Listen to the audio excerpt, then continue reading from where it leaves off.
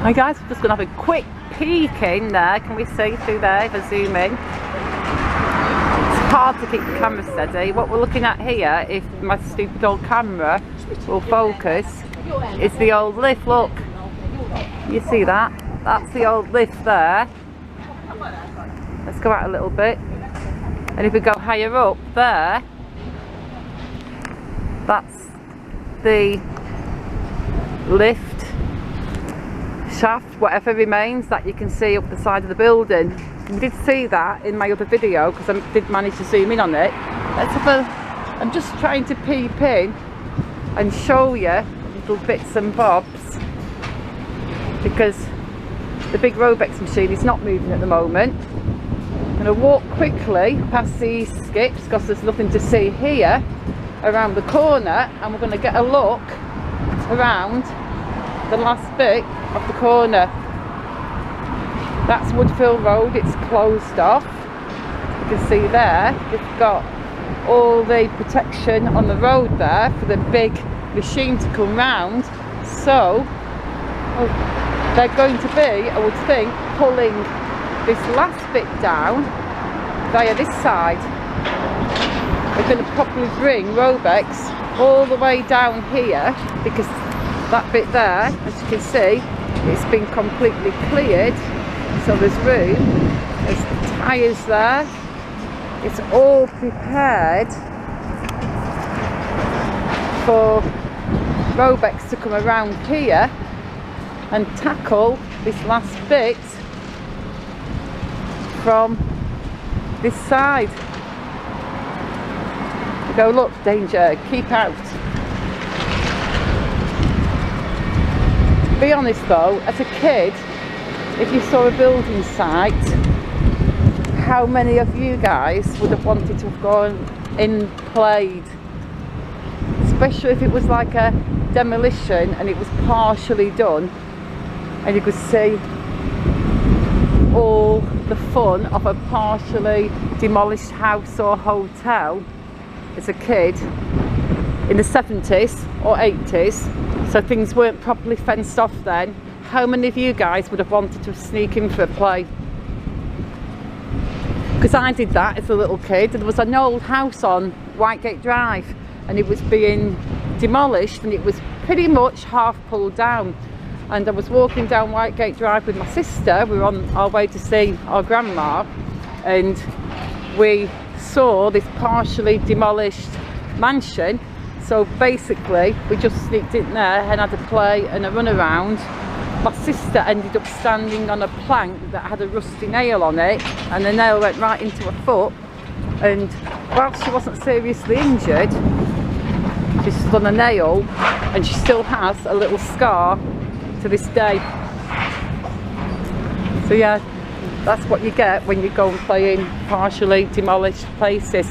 I mean, nowadays everything's fenced off and security's tight, and but yeah, as kids, little kids, like I'm on about 7, 8, 9, 10, 11 years old, a site like this would have looked so exciting to play in. Like 7-year-old me would have definitely have wanted to sneak in there and run around that bit of the hotel that's still there.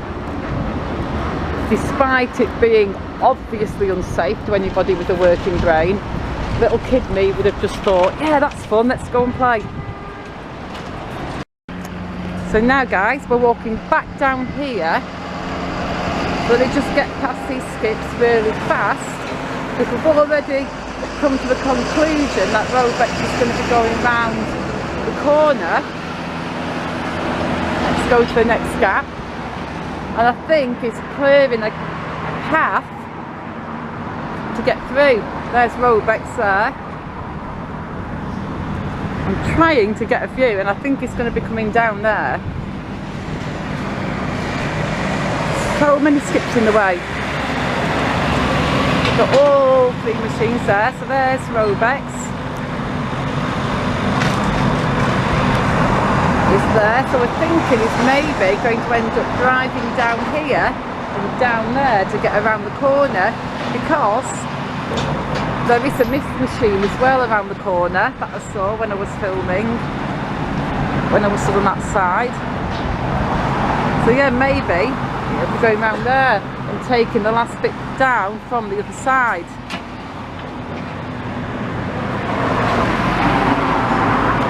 But either way, there isn't going to be any of the main structure of this hotel left at the end of the working day. At least I definitely don't think there is.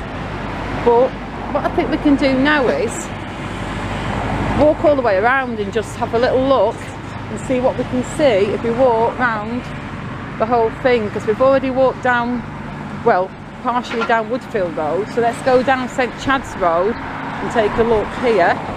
Stacks of pallets and stuff there. All this stuff here. Somebody remarked on all this stuff and says they're going to make like a privacy fence around.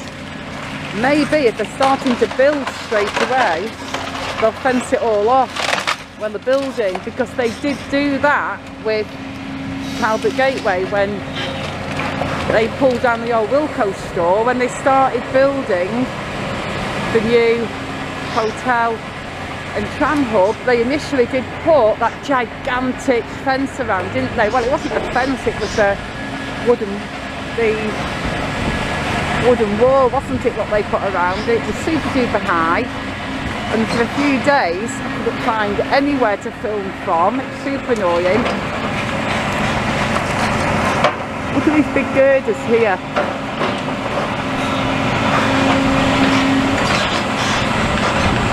So yeah, pretty much think they'll have to pull the last bit down from the other side, because there's so much stuff here, like piles and piles and piles of stuff, gigantic piles of wood, that they'll probably want to do this from the other side.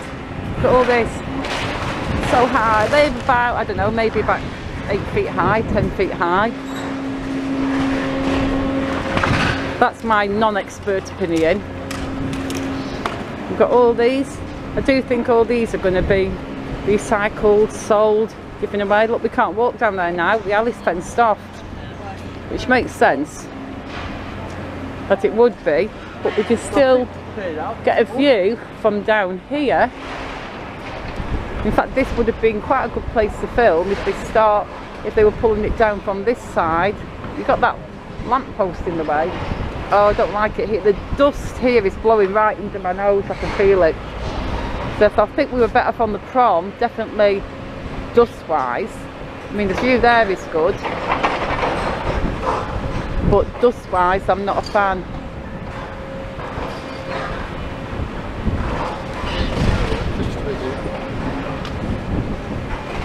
Yeah, let's just zoom in, and I will finish this video off. On that note, we're going to finish off looking at this view from here of the last bit of the old St Chad's. If we just go there, you can see the tower in distance. That's looking down Bolton Street. So yeah, thank you so much for watching.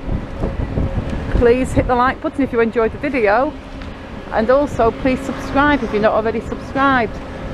And I shall see you all soon in the next one. Goodbye.